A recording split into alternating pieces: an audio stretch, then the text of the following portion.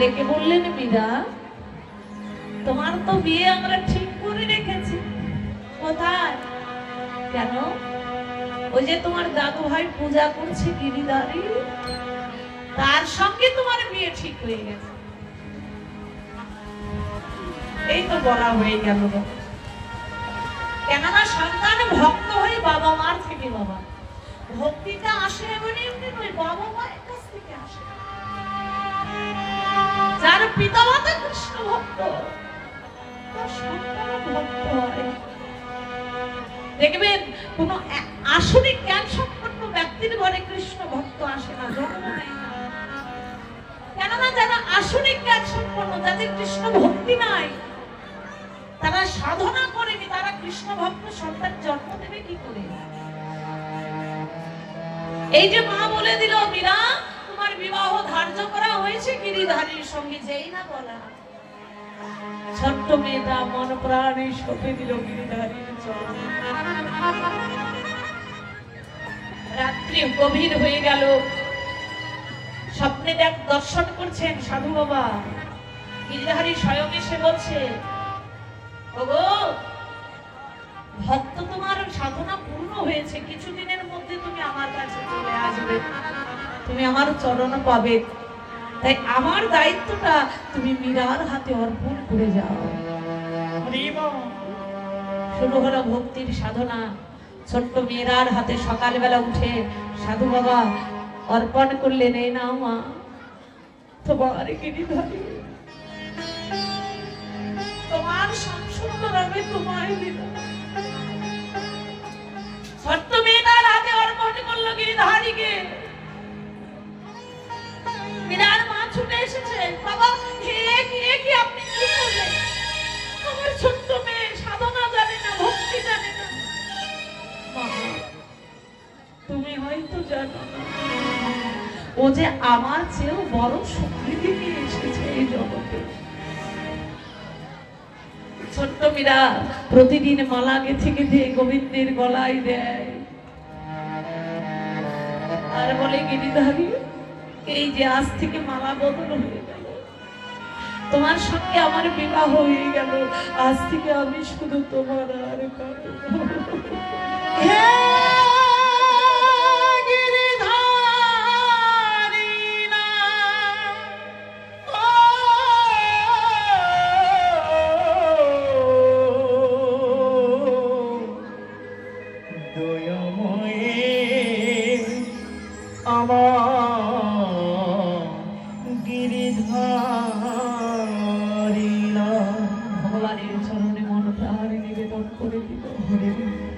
ধীরে ধীরে মীরা যৌবন প্রাপ্ত হলো।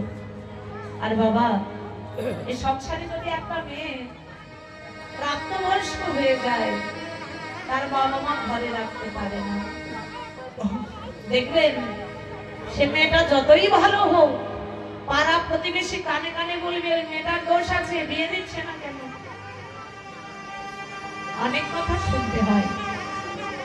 যারা প্রাপ্তবয়স্ক বাবা মায়ের ঘরে আছে, সেই বাবা মা জানে আর সেই মেয়েটা জানে যে সেই সংসারে কত কথা লোকের শুনতে হয়। মীরার মেয়ের প্রস্তাব আসছে, বিয়ে হচ্ছে না, বিবাহ রাজি হচ্ছে না মীরা। মেবারের রাজার পক্ষ থেকে প্রস্তাব এলো, একমাত্র রাজবংশধরের সঙ্গে তার বিবাহের প্রস্তাব। বিরাট রাজা, রাজভর। মীরার বাবা বিবাহের দিন ধার্য করে ছুটে এলেন মীরার কাছে। মীরা, আমি তোমার বিবাহের দিন ধার্য করেছি, মেবারের রাজার সঙ্গে তোমার বিবাহ হবে, তুমি রাজরানী হবে। বাবা,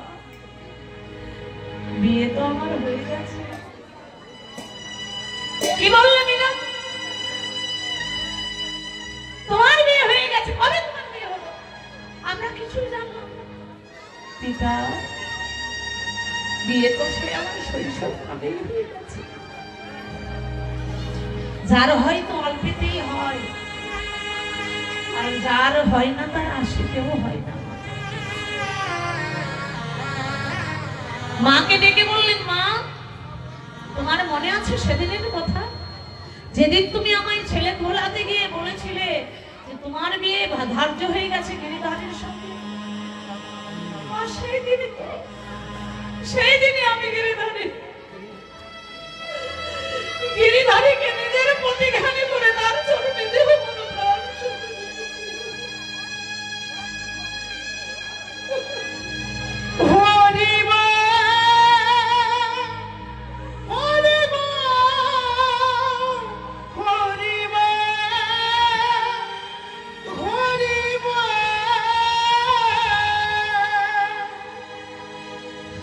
আমি গিরিধারীর চরণে সব সঁপে দিয়েছি।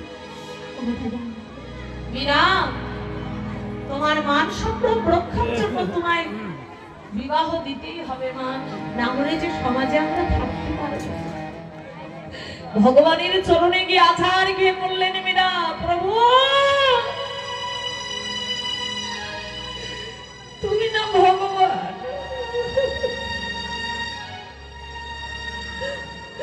ভগবান হয়ে তুমি আমার শাস্তি, তুমি নাকি ভক্তির প্রাণ বোঝো, হৃদয় বোঝো, আর কষ্ট দিচ্ছ কেন?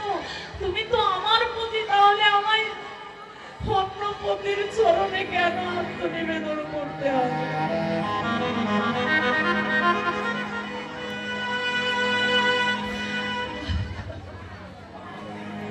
ভগবান যেন ডেকে বললেন, মীরা তুমি বিবাহ করবে আমার কারণে, কেননা তোমার যে দেশে বিবাহ সম্বন্ধ হয়েছে সেখানে কৃষ্ণ নামের প্রতি সবাই অজ্ঞ, কৃষ্ণ নাম বোঝে না, সেখানে গিয়ে তুমি আমার হরি নামের প্রচার করো। ভগবান, এই যদি তোমার বাসনা তাহলে দাও, হরি আমার মানুষ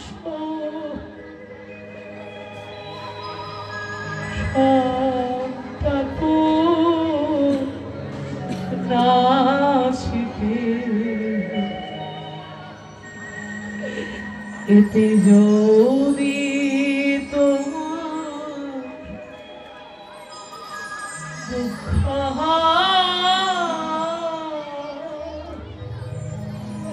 হরি, দুঃখ দাও আমায়, আরো কষ্ট দাও, আমার দুঃখ নেই, তুমি সুখে থাকো।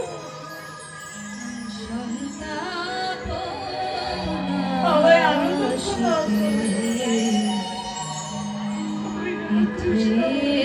যদি তোমার দুঃখ আমার যা হবার তাই হবে, তুমি কেন পাবে? আমার যা হবার তাই হবে,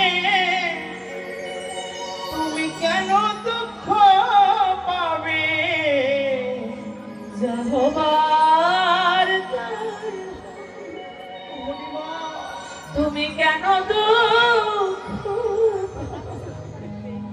আমার যা হবার তাই হবে, তুমি কেন দুঃখ পাবে? সুখে থেকো, সুখ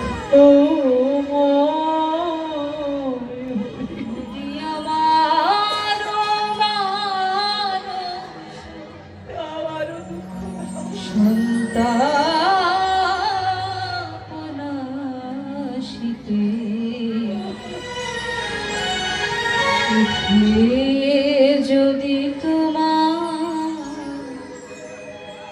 দুঃখ হয় হরি।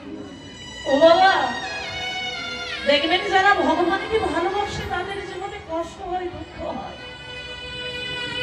আর যারা তারা বলবে যে ভগবানকে তুমি এত ভালোবাসো, হে তোমার মনে এত দুঃখ কেন তোমার জীবনে? ভগবান তো তাকে সাজা দেয়, তাকে দুঃখ দেয়, তাকে যাকে অনেক বেশি ভালোবাসে। ভগবান তো তারই পরীক্ষা নেয়, তারা যাকে তাকে যারা ভালোবাসে মন প্রাণ নিবেদন করে দিয়ে। তাই তো ভক্তের পরীক্ষা, দেখি আমার ভক্ত আমায় ভুলে যায় কিনা, আমার ভক্ত আমায় মনে রাখে কিনা। প্রভু আমায় ফেলে বন্ধুহীন দেশে তুমি কোথা রইলে হরি, কোথায় রইলে বসে ওরে আমায় ফেলে একা বন্ধুহীন দেশে হরি হে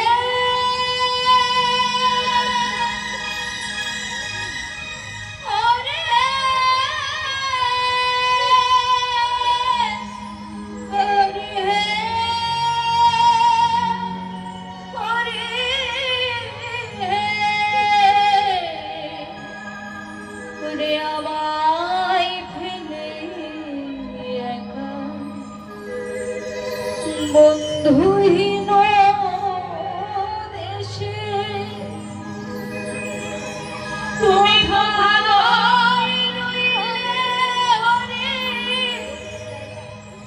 কোথা রইলে বসে আমি তোমার ঘুরি দেশে দেশে, আমি তোমার উদ্দেশ্যে ঘুরি দেশে দেশে, তোমার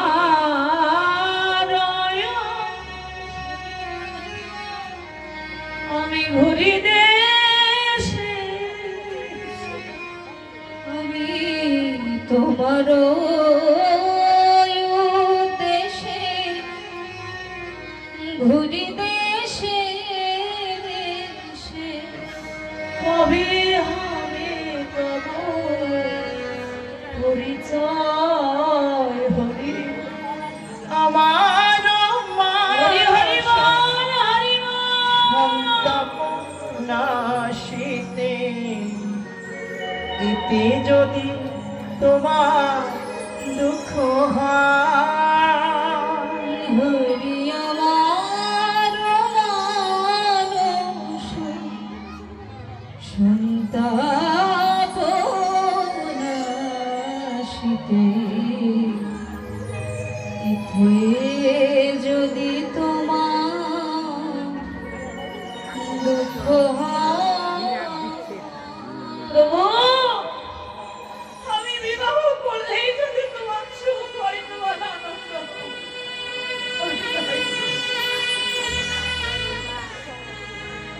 বিবাহের দিন এগিয়ে এলো। বিবাহের দিন সর্বপ্রথম পিতা মাতার কাছে আবদার করে বসলেন, বাবা বিবাহ আমি করব, তবে আগে আমার গিরিধারীর গলায় আমি মালা পরাবো, তারপরে যার সঙ্গে তোমরা সম্বন্ধ করেছ তার গলায় মালা দেব। এইভাবে আগে গিরিধারীর সঙ্গে, তারপরে রাজার সঙ্গে মালা বদল হলো। বিবাহ সম্পন্ন হলো। কাঁদতে শুরু করলেন মীরা, পিতা আমার গিরিধারীকে আমার সঙ্গে পৃথিবীর সব ত্যাগ করতে পারি, আমার গিরিধারীকে ছাড়া যে আমি বাঁচব। কঠোর নিষেধ সত্ত্বেও এত বাধা পেরিয়ে একজন শ্বশুরালয়ে, যেখানে কৃষ্ণ ভক্ত বলতে কেউ নেই, শুধু কালী ভক্ত সেখানে, আর সেখানে কৃষ্ণকে নিয়ে যাওয়া, কৃষ্ণের বিগ্রহ নিয়ে যাওয়া কত কঠিন কাজ। নিয়ে গেলেন বাসর ঘরে। স্বামী জিজ্ঞাসা করছে, মীরা আমরা রাজবংশের রাজ পরিবারের মানুষ, বিবাহকালে বাসর ঘরে স্ত্রীকে কিছু দিতে হয়, তুমি কি চাও মীরা? স্বামী আমি তোমার কাছে কি চাইবো? যদি দিতে হয় আমার গিরিধারীর জন্য একটা মন্দির বানিয়ে ভক্তি দেখুন বাবা। আমার মতো কোন নারীর কাছে যদি এই প্রশ্নটাকে করতো, আমার স্বামী হোক, আমার পরিজন হোক, আমি কি চাইবো? আমার প্রিয় জিনিস যেগুলি সোনা দানা অর্থ, ভক্ত যারা তারা তো ওগুলোর লালসায় লালসিত নয়। ভক্ত কাকে বলে দেখো, যদি দিতে হয় আমার গিরিধারীর জন্য মন্দির বানাও। রাজা তো বেশি দেরি হলো না, একটা মন্দির তৈরি হয়ে গেল। গিরিধারীর সেবা পূজা চলতে লাগলো প্রতিদিন। কিন্তু মীরা যখন গোবিন্দ সেবা করতেন, গিরিধারীর পূজা করতেন, দরজাটা বাইরে থেকে বন্ধ করতেন। তার ননদি ছিল বাবা, ওই আড়াল থেকে কান পেতে আড়ি পেতে শুনতো যে বৌদি কি করছে ঘরে। কেননা মীরার স্বভাব ছিল বাবা, এই জগতে যারা কৃষ্ণ ভক্ত, যারা একেবারে ভগবানের চরণে আত্মসমর্পণ করে দেয়, তারা কিন্তু বিগ্রহকে ভগবান ছাড়া আর কিছু ভাবে না, বিগ্রহকেই তারা ভগবান বলে জানে।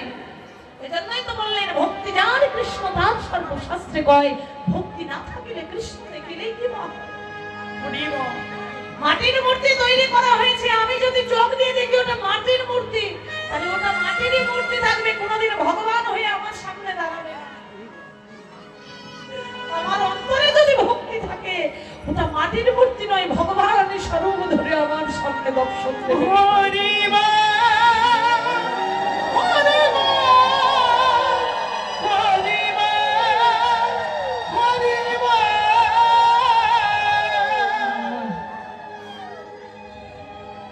মীরাবাই কথা বলতো, প্রতিদিন মন্দিরের দরজা বন্ধ করে গিরিধারীর সঙ্গে কথা হতো, গান হতো। মীরা অনেক সুন্দর গান গাইতে পারতেন, ভজন গাইতে পারতেন, আর সেই ভজনের তালে তালে নৃত্য করতেন। ননদী ভাবলেন নিশ্চয়ই কোনো পর পুরুষ এসেছে, একজন নারী দরজা বন্ধ করে পূজা করছেন, তার সঙ্গে কথা বলছেন, নিশ্চয়ই কোনো অলৌকিক বিদ্যা জানে, পর পুরুষকে এনে এখানে রঙ্গলীলা করছে। দাদা, তোমার বউকে দেখে না মন্দিরের দরজা বন্ধ করে কোনো পর পুরুষের সঙ্গে কথা বলে। সদল বলে ছুটে গেলে দরজা ধাক্কাচ্ছে, মীরা দরজা খোলো, দ্রুত দরজা খোলো। দরজা খুলে দিলেন, দেখলেন মন্দিরে গিরিধারী আর মীরা ছাড়া দ্বিতীয় কেউ নেই। কিছুদিন পরে মীরার স্বামী গেল যুদ্ধে, আর যুদ্ধ করতে গিয়ে যুদ্ধক্ষেত্রে প্রাণ চলে গেল।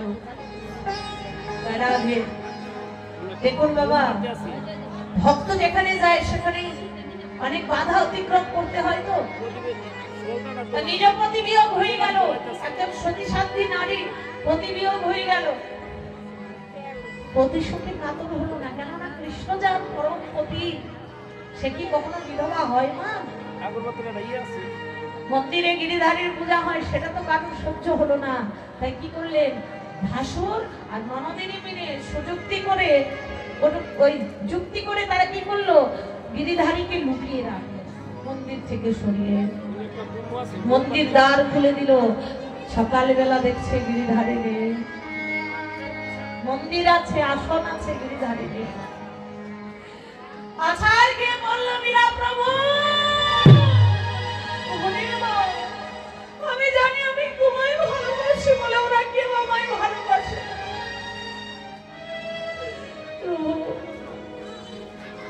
তবে আমি যদি তোমায় ভালোবেসে থাকি, একদিনের জন্য যদি তুমি আমার ভগবান হয়ে থাকো, আমি যদি তোমার ভক্ত হয়ে থাকি, আমি তোমার কাছে যাব না, তুমি আমার কাছে আসবে। যদি তুমি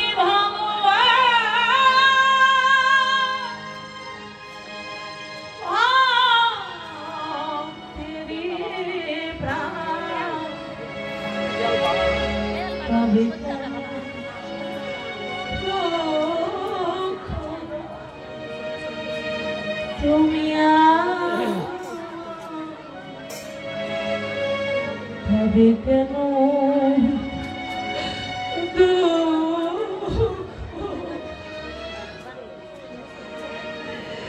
যদি তুমি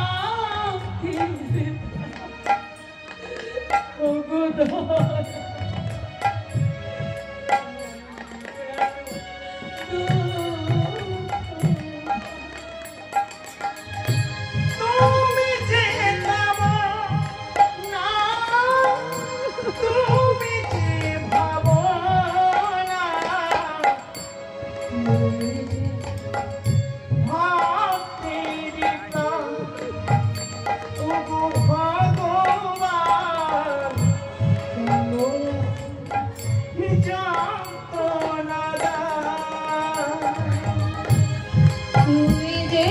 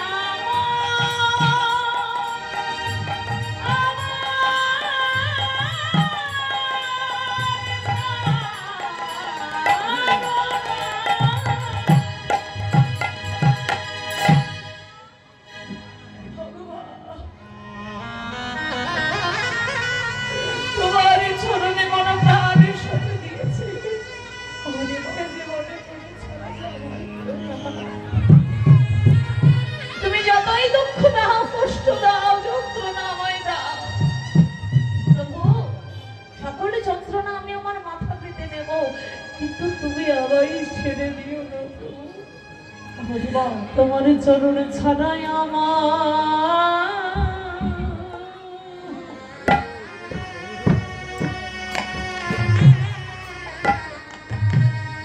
আমায় করো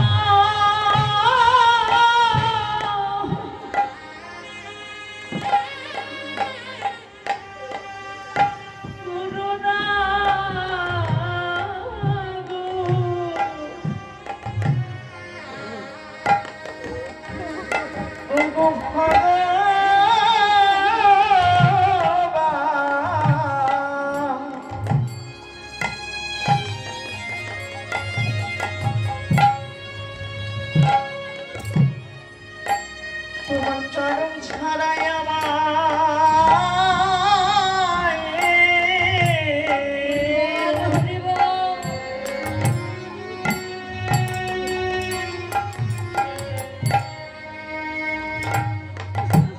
প্রভু তুমি করো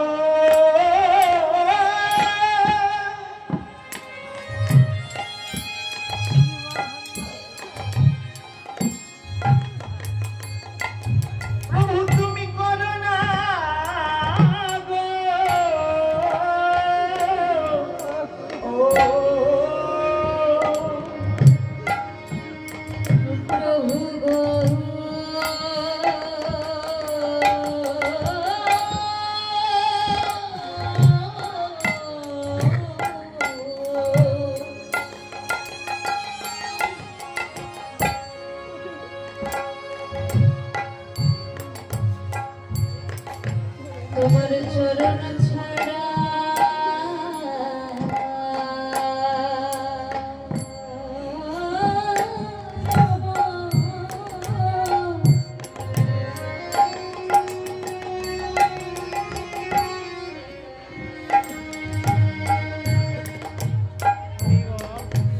আমায় করুণা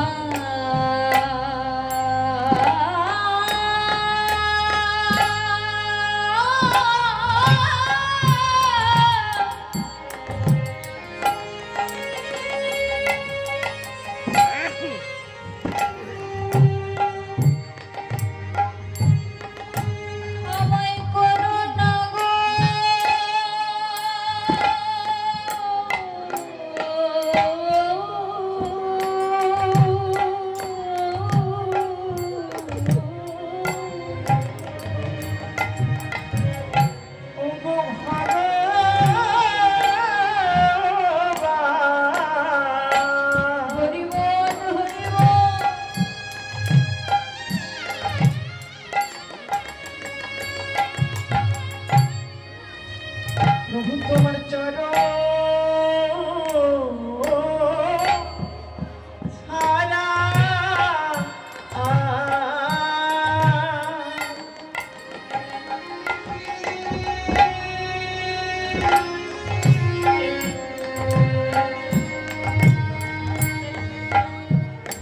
তুমি আমায় করো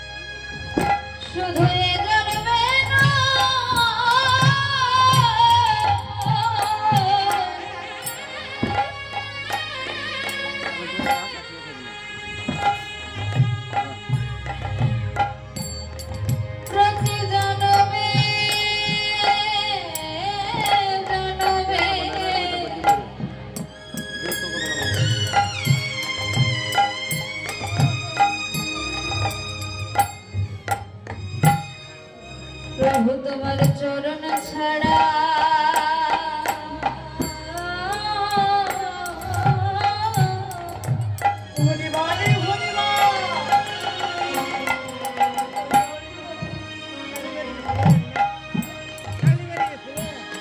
চরণ ছাড়া করো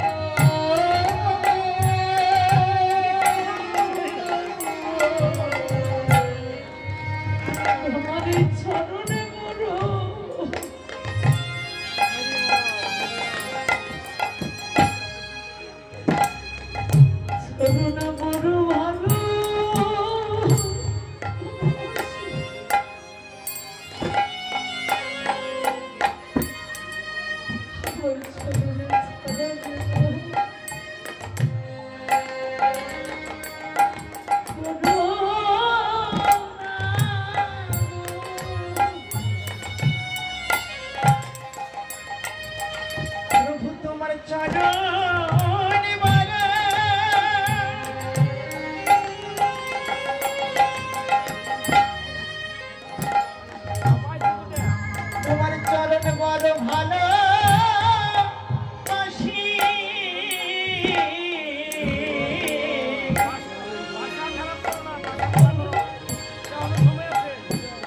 প্রভু চরণ ছাড়া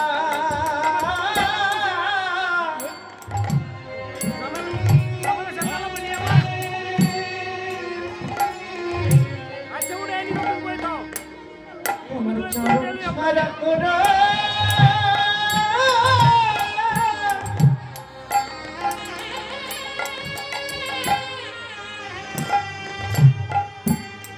তুমি করো না গো ও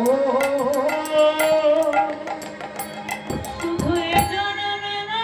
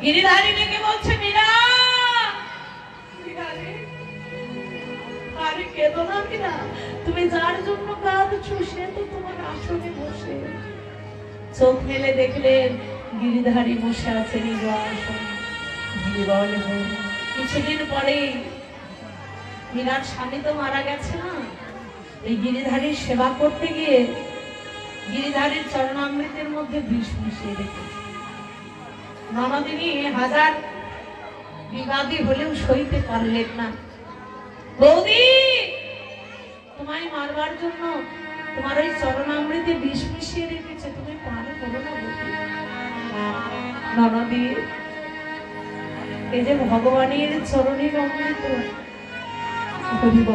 ভগবানের চরণ ভক্ত জল কি করে আমি ফেলে দেব প্রাণ যদি চাই না ভগবানের চরণামৃত আমি ফেলতে পারবো না কৃষ্ণ নাম গাইতে গাইতে মীরা ওই চরণামৃত মুখে ঢেলে দিলেন নাকি ভক্তের মৃত্যু হয়?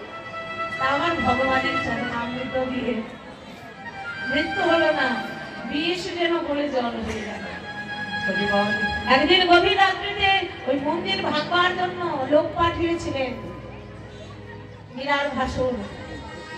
যখন মন্দির ভাঙতে গেলেন বাবা, রাত্রিবেলা নিঃসৃঙ্গ রূপ ধারণ করে এসে মন্দির ভাঙতে বাধা দিলেন। ওই অপরূপ দৃশ্য দর্শন করে যারা ভাঙতে গিয়েছিলেন ভয়ভীত হয়ে পালিয়ে গেলেন। একদিন মীরার ভাসুর বললেন, মীরা তুমি এত কৃষ্ণ পূজা করছো, তোমাকে আর এখানে রাখা যাবে না, তুমি চলে যাও। মীরা বললেন, প্রভু এতদিনে বুঝি তুমি আমায় ভববন্ধনে মুক্ত করলে? বাবা এই সংসারে রাজ ঐশ্বর্য ছেড়ে যদি কালকে তাড়িয়ে দেওয়া হয়, আমরা ভাবি যে আমরা দুঃখের সাগরে পড়ে গেলাম। না, ভক্ত তাতে বিচলিত হয় না, ভক্ত ভাবে আমি ভববন্ধন থেকে মুক্তি হলাম, এতদিন আমি মায়ার সংসারে বদ্ধ হয়েছিলাম। মীরা বললেন, প্রভু এই তো এতদিনে আমি মুক্তি পেলাম, এবার আমি সেই যাবো মধুর বৃন্দাবনে। তাই গৌর হরি হরি হরি হরি হরি বল হরি। ভালো যদি বাঁচতে হয় সব কিছুর বিরুদ্ধে দাঁড়িয়ে কৃষ্ণ ভক্তির পথে এগিয়ে যাও। সবাই তোমার বিপদে দাঁড়াবে, সবাই তোমার নামে নিন্দা করবে, কটূক্তি করবে, অনেক কথা বলবে, পেছন মানে চাইবার দরকার নেই, এগিয়ে যাওয়া ভক্তির পথে। মীরার মতো করে সত্যিই যদি ভগবানকে ভালোবাসা যায়, তাহলে ভক্ত ভগবান আর ভিন্ন থাকে না, এক হয়ে যায় রে। তাই হরি হরি। তাই আদি প্রভু আমার সেই প্রেমের মূর্তি ধরেছেন। আহা কিবা আজকে যেন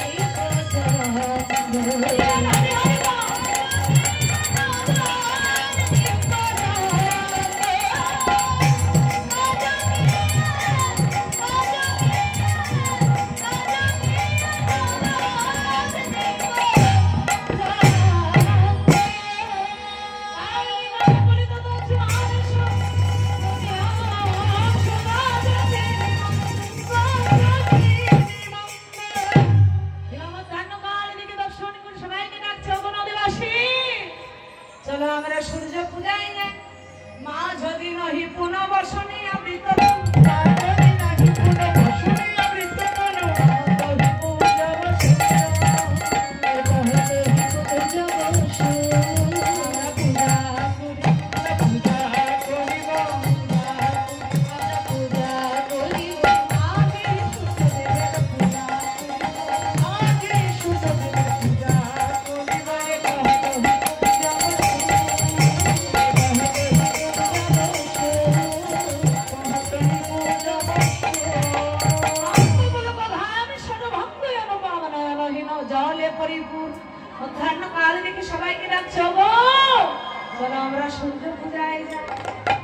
কখনো হাসছে কখনো কাঁদছেন কখনো স্বরভঙ্গ কখনো কম্পিত অষ্ট সাত্বিক ভাবের উদয়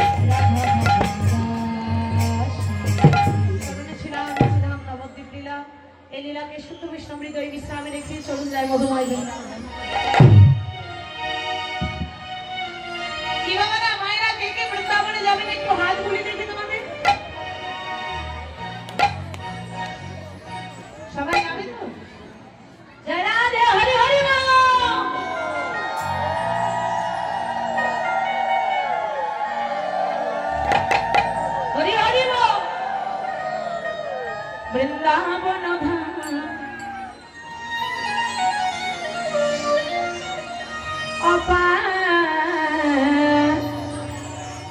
সবাই মিলে বাহু তুলে আমার সামনে সামনে সবাই বললেন কিন্তু রাধে রাধে জয় রাধে। বৃন্দাবনের রাজাকে শ্রীমতী শ্যাম সুন্দর ঠাকুরানী। তাই হয় শুনেছেন জয় রাধে। কি হয় হ্যাঁ কি হয়? শ্রীমতী রাধা ঠাকুরানী জয় রাধে। বৃন্দাবনের রাজা হচ্ছে শ্রীমতী রাধারানী। আমরা যে রাজার রাজ্যে যাবো তার নাম জপ করবো না, সবাই মিলে তার নাম জপ করবো। শুধু আমি একা করবো না, সবাই মিলে করবো। জয় রাধে। বৃন্দাবন